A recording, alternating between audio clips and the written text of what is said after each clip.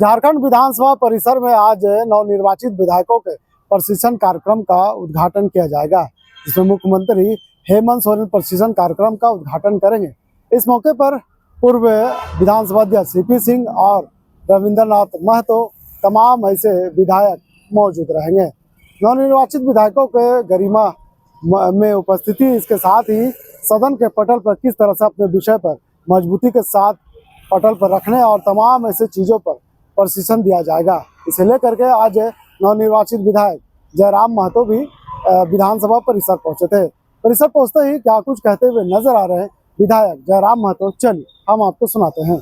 देखिए, पहली बात है, जो मंत्री मैडम है वो विदेश में पढ़ी है, भले वो आदिवासी है, लेकिन मुझे नहीं लगता है कि आदिवासियत को ठीक से जानती है। अगर जानती है तो मेरे इस विषय पर तुम्हें टोकना ही नहीं चाहिए था, क्योंकि ये राज्य का बहुत ही गंभीर विषय है। बिल्कुल मेरा सवाल है और मैं 1000 बार इसको रिपीट करूंगा कि भाई आप इसे आदिवासियों का राज्य कहते हैं, आदिवासियों की सरकार कहते हैं, और ठीक है, आप जब सूची निकालते हैं जिनमें 72-73 नक्सलियों की सूची है, उनमें मैक्सिमम आदिवासी समाज के युवा है, तो क्यों, कारण क्या है आखिर? और मैंने ये तो नहीं कहा वर्तमान सरकार जो उनको झाल लगना चाहिए, मैंने 2007 के रिपोर्ट का जिक्र किया।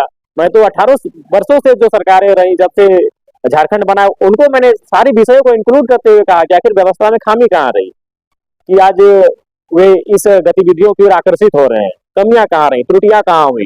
और तर्क मैंने एक ये दिया, जो लोग गाँव को, मैंने ये थोड़ी कहा, मैंने तो कहा ये लोग ऐसा कहते हैं कि भाई जब उनका वर्चस्व हुआ करता था तो प्रखंड में, अंचल में, थाना में घूस नहीं लिया जाता था, तो कहीं ना कहीं सरकार से अच्छा लोग उनको मानते हैं, ये तो मानना होगा। तो मैंने ये तर्क दिया था। तो पहली बात, उनको खुद इस राज्य की समझ इसलिए नहीं है कि वो विदेश में पढ़ के आई है, उन्हें अपनी समझ बढ़ाने की आवश्यकता है।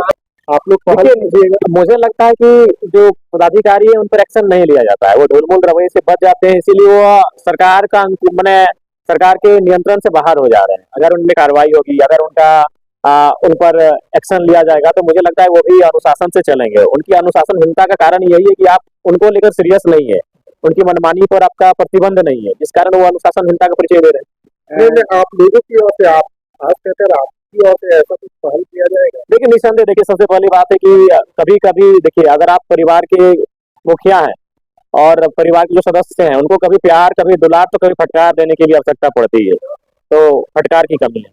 जयराम जी, मेरा सवाल है जो नक्सलवाद, जिसको कई लोग अर्बन चश्मे से देखते हैं, नहीं, अर्बन चश्मे से आपको नहीं देखना होगा। ये झारखंड थोड़ा सा डिफरेंट है। अर्बन जैसा कोई विषय ही नहीं, ये तो ये पहाड़ों में, जंगलों में। अर्बन यानी शहर, अर्बन यानी नगर। ये नगर और शहर का कोई संबंध नहीं है।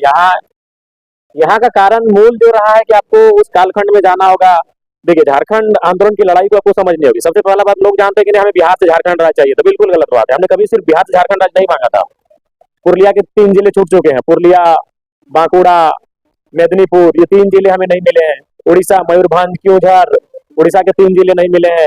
सरगुजा छत्तीसगढ़ का नहीं मिला। तो झारखंड एक्चुअल में एक राज्य से कटकर नहीं मांगा गया था। झारखंड एक व्यवस्था थी जिसे मांगा गया था, और वो लड़ाई केवल जो हमारे आउटसाइडर थे उनसे नहीं, उनके अलावे